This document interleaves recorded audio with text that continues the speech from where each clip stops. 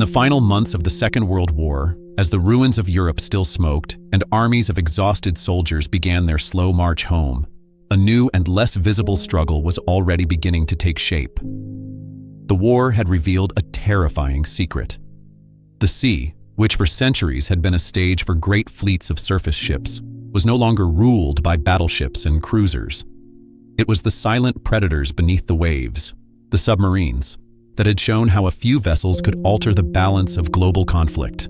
Germany, even as it collapsed under the combined pressure of the Allies, had produced an extraordinary design known as the Type 21 U-boat. This craft, with its revolutionary hull form, powerful batteries, and ability to remain submerged for days without surfacing, was a glimpse into the future of naval warfare. Both the Americans and the Soviets realized instantly that whoever mastered the secrets of such vessels would gain a decisive advantage in the next conflict that everyone already sensed was coming. The Soviet Union, devastated but victorious, seized captured German technology and engineers with a hunger born of necessity. Stalin's navy, still primitive compared to the great Western fleets, saw in the German designs a shortcut to parity. Soviet officers combed through shipyards and blueprints, shipping entire hulls eastward, while in Moscow, engineers began sketching visions of submarines that could cross oceans without ever being seen. For them, the submarine was not simply a weapon, it was a shield against the immense industrial power of the United States, a way to hold their rivals' cities hostage even from across the Atlantic. Meanwhile, across the ocean, the United States Navy looked at the same wreckage with different eyes. They had won the Pacific through carriers and overwhelming production, but the lesson of the German U-boat war in the Atlantic was etched deeply into American memory. Thousands of merchant ships had been lost, millions of tons of cargo sunk by a handful of submarines. The American admirals knew that if a future war erupted, especially one involving nuclear weapons, submarines would not only hunt convoys, but could carry the weapons of ultimate destruction themselves. Thus began a race not of armies marching across plains, but of steel hulls gliding unseen through the deep. In 1955, the Americans launched the USS Nautilus, the first true nuclear-powered submarine. For the first time in human history, a vessel could travel underwater for weeks, even months, limited not by fuel or air, but only by the endurance of its crew. Nautilus could sprint beneath the ice, cross entire oceans without surfacing, and strike from anywhere. It was a revolution comparable to the leap from the horse to the tank. The Soviets watched in alarm as Nautilus made her first undersea transit of the North Pole. For Stalin's successors, this was more than a technological marvel. It was a challenge, a declaration that the oceans now belonged to the Americans. But the Soviets were not idle. In 1958, they launched their own nuclear submarine, the K-3, later known as Leninsky Komsomol. Though less refined and more dangerous to operate than its American counterpart, it was a symbol of determination. Soviet engineers, often working under immense pressure, rushed forward designs that were crude but increasingly daring. They created entire classes of submarines, the Hotel class for ballistic missiles, the November class for attack operations, each an attempt to show that the Soviet Union would not concede the deep seas. These early boats were noisy, unsafe, and prone to accidents, but they demonstrated something that mattered just as much as technical perfection: the will to compete. For the men inside these submarines, the experience was unlike anything sailors before them had known. There was no horizon, no fresh air, no sunlight. Life was a cycle of watches, stale, recycled oxygen, and the constant hum of machinery. In Soviet boats, conditions were often brutal: cramped quarters, dangerous radiation levels from poorly shielded reactors, and a culture of secrecy that punished any complaint. Yet the crews endured, driven by patriotism and by the grim knowledge that they were on the front line of a silent war. The Americans, with more resources, built safer and more comfortable vessels, but the psychological pressure was the same. Sailors could vanish beneath the waves for 3 months, never surfacing, always under the knowledge that a single mistake, a fire, a reactor leak, a collision, could turn their steel world into a tomb. And above them, the political leaders watched the charts with growing anxiety. The oceans were becoming as contested as the skies. And the question was no longer who had more ships, but whose submarines could carry the heaviest burden of deterrence. This submarine race quickly became a mirror to the nuclear arms race itself. Every advancement in one nation was answered by the other. When the Americans tested the Polaris missile, capable of being launched from beneath the sea, the Soviets responded with their own missile-carrying submarines. Each side sought not just to outbuild, but to outmaneuver, creating boats that could dive deeper, run quieter, and strike harder. For ordinary citizens, these vessels were invisible, hidden beneath the waves. But for generals and politicians, they were the sharpest edge of the Cold War, a force that could decide whether millions lived or died. Thus, by the early 1960s, the outlines of the submarine race were already drawn. It was not merely about ships, but about strategy, about psychology, about the invisible balance of terror. Beneath the calm surface of the world's oceans, a new battlefield had opened, one where silence was deadly, and victory was measured not in captured cities, but in the ability to remain undetected until the moment of decision. This was the birth of the undersea Cold War, a struggle that would grow darker, more dangerous, and more desperate with every passing year. By the early 1960s, the submarine race had moved beyond daring first steps into a dangerous maturity. The oceans, once a vast neutral space where fleets sailed openly, were now crowded with shadows.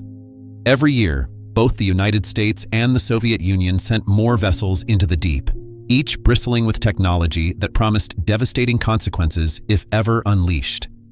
Yet, despite their terrifying purpose, these submarines rarely fired in anger. Instead, they prowled silently, their real weapon not the torpedo nor the missile, but the unrelenting pressure of their very existence. For each side, the knowledge that an unseen adversary might be lurking beneath the waves was almost as powerful as an actual attack. The Americans had leapt ahead with their Polaris system. Submarines carrying these solid fuel missiles could remain hidden far from hostile waters and still strike with nuclear accuracy. It was a breakthrough in strategic thinking. Instead of vulnerable bomber bases or massive missile silos, the United States now had a fleet of ghosts beneath the sea. Each submarine could carry enough warheads to devastate entire nations, and because they were constantly moving, they were almost impossible to track. The Soviets understood at once what this meant. Unless they could match such power, they risked falling into permanent inferiority. Soviet designers raced to catch up. They produced the Golf class, diesel-electric boats retrofitted to carry ballistic missiles. These submarines were less capable, forced to surface to fire their weapons, but they represented a bold attempt to bridge the gap. Soon afterward, the Soviets introduced the Hotel class, their first true nuclear-powered missile submarines. Crude compared to their American counterparts, noisy in the water and prone to dangerous reactor malfunctions, they nonetheless gave Moscow a seat at the table of undersea deterrence. To the Kremlin, it did not matter that Western sonar could often detect these submarines from miles away. What mattered was the message. The Soviet Union could reach across oceans with fire. With these new vessels came a new form of warfare, one never officially acknowledged, but constantly waged. Submarines began to hunt one another.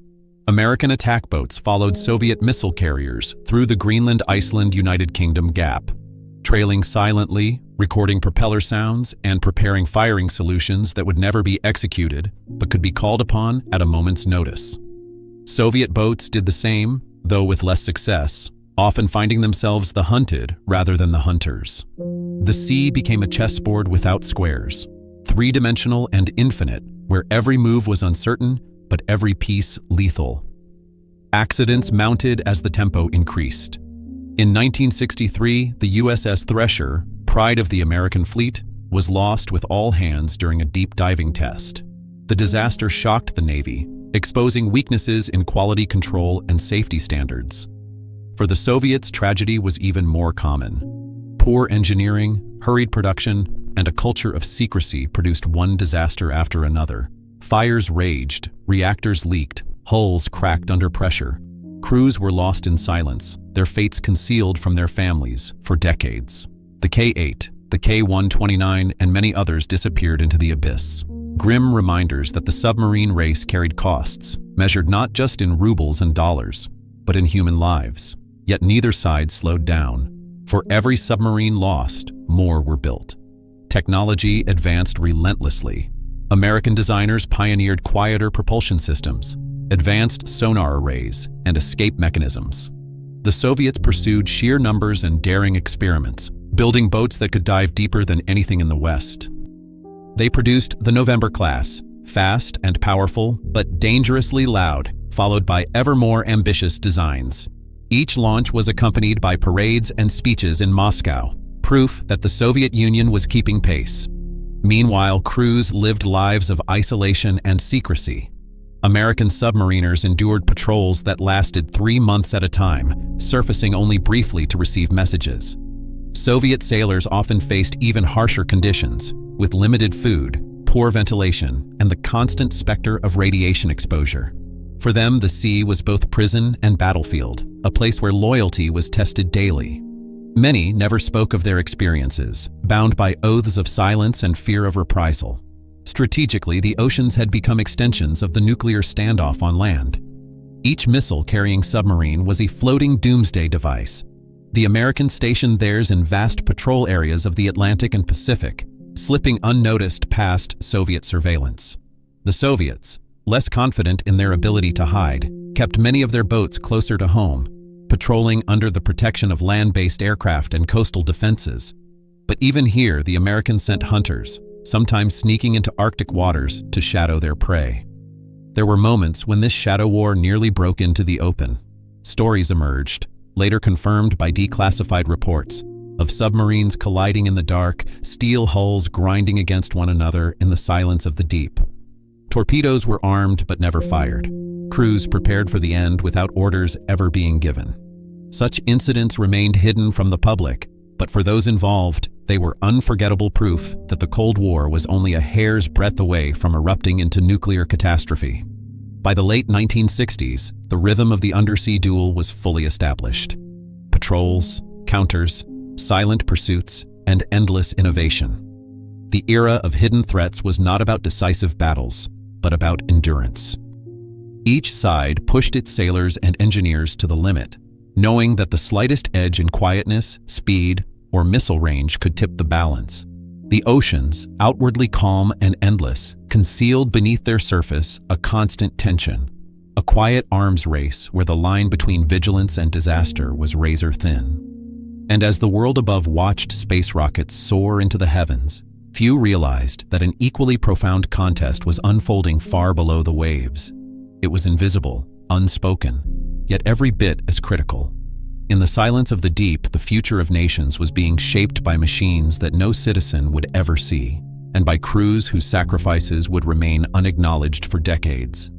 The undersea Cold War had entered its most dangerous phase, and the next chapter would bring it to the brink of catastrophe. By the early 1960s, the submarine race had matured into something far beyond the dreams of early naval planners. Both the United States and the Soviet Union possessed fleets of nuclear-powered vessels prowling the oceans, armed with missiles that could erase entire cities.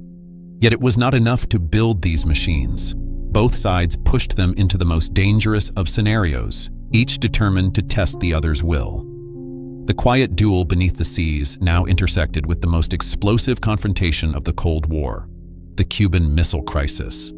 In October of 1962, as American reconnaissance aircraft photographed Soviet missile installations rising in Cuba, the world edged closer to nuclear war than ever before. But the story did not play out only on land or in the skies. Beneath the Atlantic, 4 Soviet submarines, diesel-powered Foxtrot-class boats, sailed toward Cuba carrying nuclear-tipped torpedoes. These submarines were far from the cutting edge of technology, noisy and limited in endurance, yet each one represented a terrifying possibility. Their commanders held in their hands the power to unleash atomic fire without needing orders from Moscow in the chaos of battle. American destroyers and aircraft carriers hunted the submarines relentlessly. Depth charges set to explode harmlessly as warning signals rumbled through the water. For the Soviet crews, it felt like war had already begun. Inside the sweltering hulls, air conditioning failed, carbon dioxide levels climbed, and tempers flared. In one submarine, B-59, the captain believed that war had broken out. He prepared to fire his nuclear torpedo against an American vessel. Only the calm refusal of his political officer, Vasily Arkhipov, prevented catastrophe. Arkhipov argued that no confirmation of hostilities had been received, and after hours of debate, the weapon was not launched. His decision may have saved the world.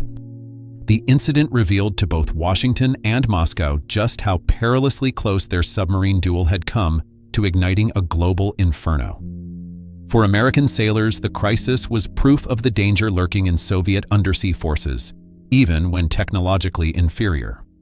For the Soviet leadership, it demonstrated both the potential and the peril of deploying such weapons far from home.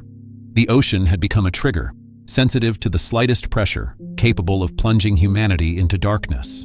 After the crisis passed, the arms race beneath the waves accelerated still further. Each side realized that the presence of missile-armed submarines not only deterred attack, but also introduced uncontrollable risks. The Americans responded by expanding their Polaris fleet, ensuring that at any given moment, multiple submarines were hidden in the Atlantic and Pacific, ready to retaliate instantly. The Soviets, unwilling to be intimidated, launched new designs such as the Yankee class, their first truly credible counterpart to the American ballistic missile submarines. Unlike earlier Soviet boats, the Yankee class could patrol silently in the open ocean, bringing American cities within range without ever surfacing. At the same time, attack submarines multiplied. These were not meant to launch nuclear strikes, but to stalk and destroy enemy submarines. The Americans produced the Sturgeon class, stealthier and equipped with advanced sonar systems. The Soviets replied with Victor-class boats, emphasizing speed and deep diving capabilities. Battles were waged invisibly as these submarines trailed one another across oceans. Sometimes they collided, grinding steel against steel in the darkness. Crews held their breath, listening to the echo of enemy propellers, knowing that a single wrong move could transform a silent pursuit into mutual destruction. The technological competition reached extremes. The Americans developed quieting technologies that made their submarines nearly invisible to sonar. The Soviets experimented with sheer size, building larger boats capable of carrying more missiles and diving deeper than anyone had thought possible. This philosophy would eventually culminate in the enormous Typhoon class. But even in the late 60s, the seeds of gigantism were already present. Each nation hoped that its innovations would tip the balance, yet each discovery by one side was quickly mirrored by the other. Life for the crews remained grueling. In the United States Navy, discipline and training emphasized safety, but patrols still carried enormous psychological strain. Men lived for months without sunlight, surrounded by the constant hum of reactors and machinery. In the Soviet fleet, the situation was even harsher. Equipment failures, radiation leaks, and accidents were common. Secrecy prevented any admission of these hardships. Sailors who survived disasters were often silenced, their experiences locked away in classified files. For both nations, submariners became members of a hidden brotherhood, defined by endurance and silence.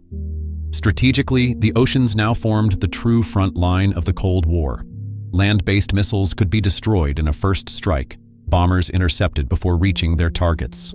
But submarines, lurking unseen in the depths, guaranteed retaliation. This concept, known as the second strike, became the cornerstone of nuclear strategy. It was terrifying in its simplicity. No matter who struck first, the other side would respond from beneath the sea. Thus, peace, fragile and paradoxical, was maintained not by trust or diplomacy, but by the constant presence of submarines waiting in the dark.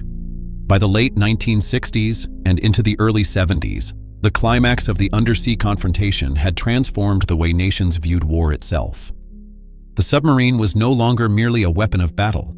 It was a political tool, an invisible diplomat of terror.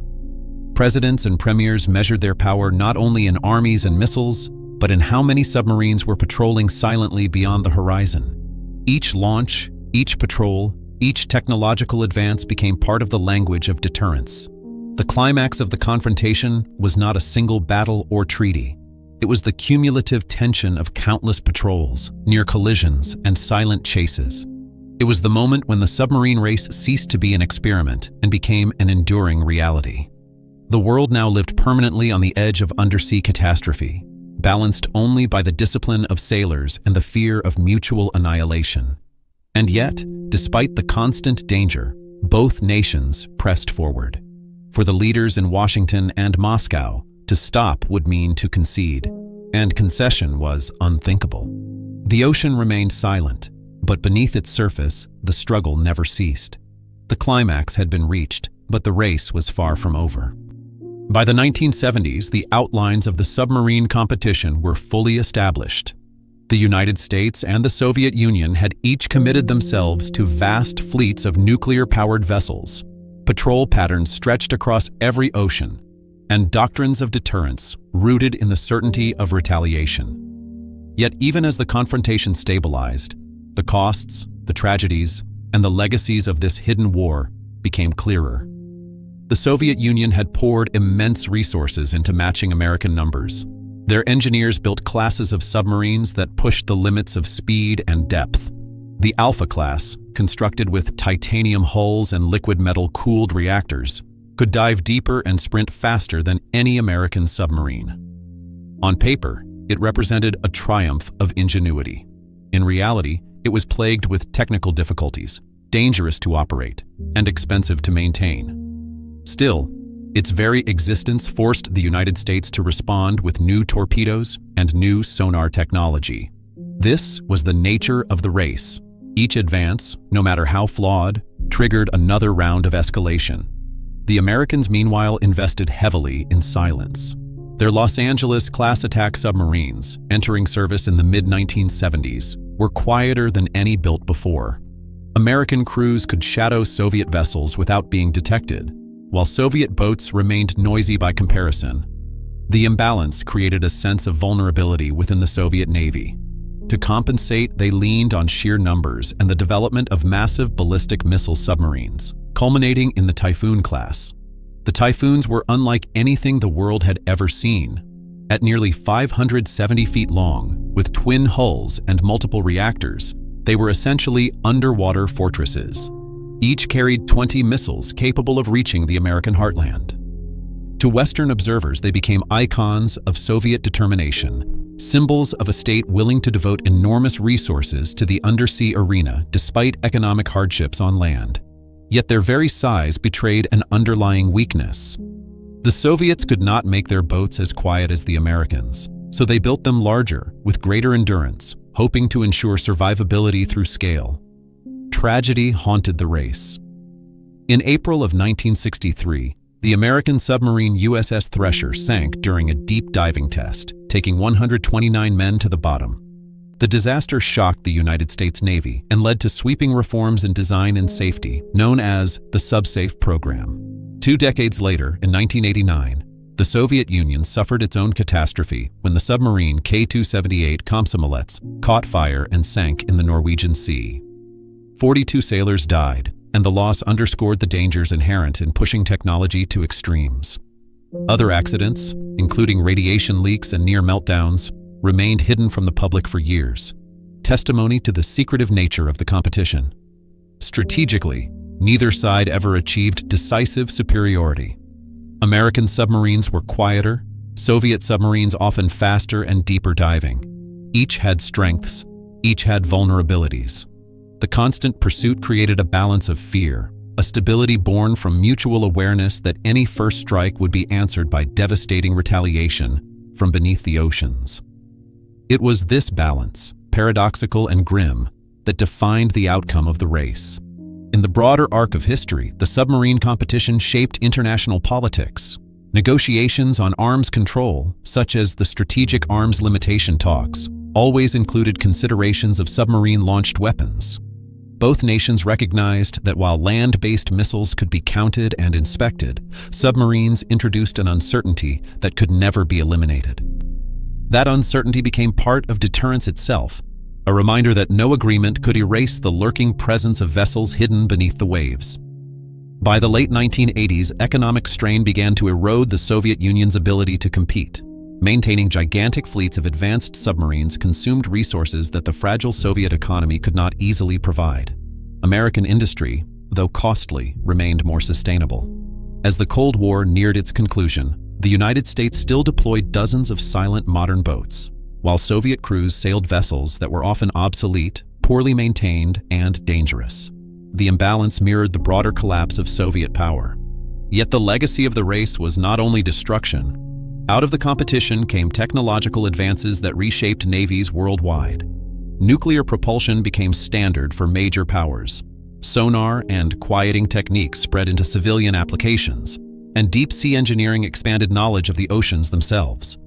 Even tragedies produced reforms that saved lives in later generations. In this sense, the race beneath the waves left a double imprint: fear and destruction on one side, progress and discovery on the other. For the men who served, the memories were mixed. American submariners recalled long patrols of silence, the tension of tracking Soviet boats within torpedo range, the pride of knowing that their presence deterred war. Soviet sailors remembered cramped quarters, dangerous machinery, secrecy that prevented them from speaking even to their families, but also a fierce pride in defending their homeland from what they perceived as encirclement. Both groups lived lives of secrecy, carrying burdens invisible to the world above. When the Cold War ended, many submarines were scrapped, their missiles dismantled under arms reduction treaties. Others were left to rust in northern shipyards, silent hulks that once carried humanity's most terrifying weapons. A handful remain in service, modernized and still patrolling, reminders that the undersea domain is never free from rivalry.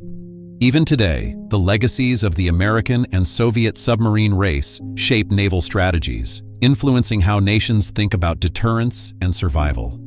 The outcome of the race cannot be declared in terms of victory or defeat. It was a contest that produced no winner, only an uneasy balance that lasted for decades.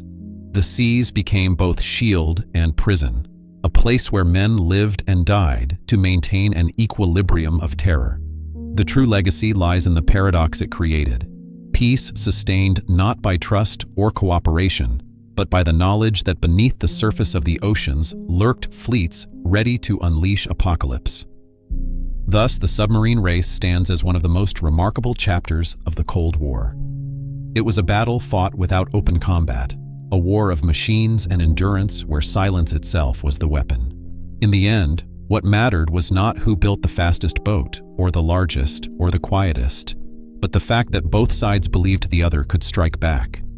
That belief, grim and unrelenting, was enough to keep the peace. Subscribe. We don't say goodbye.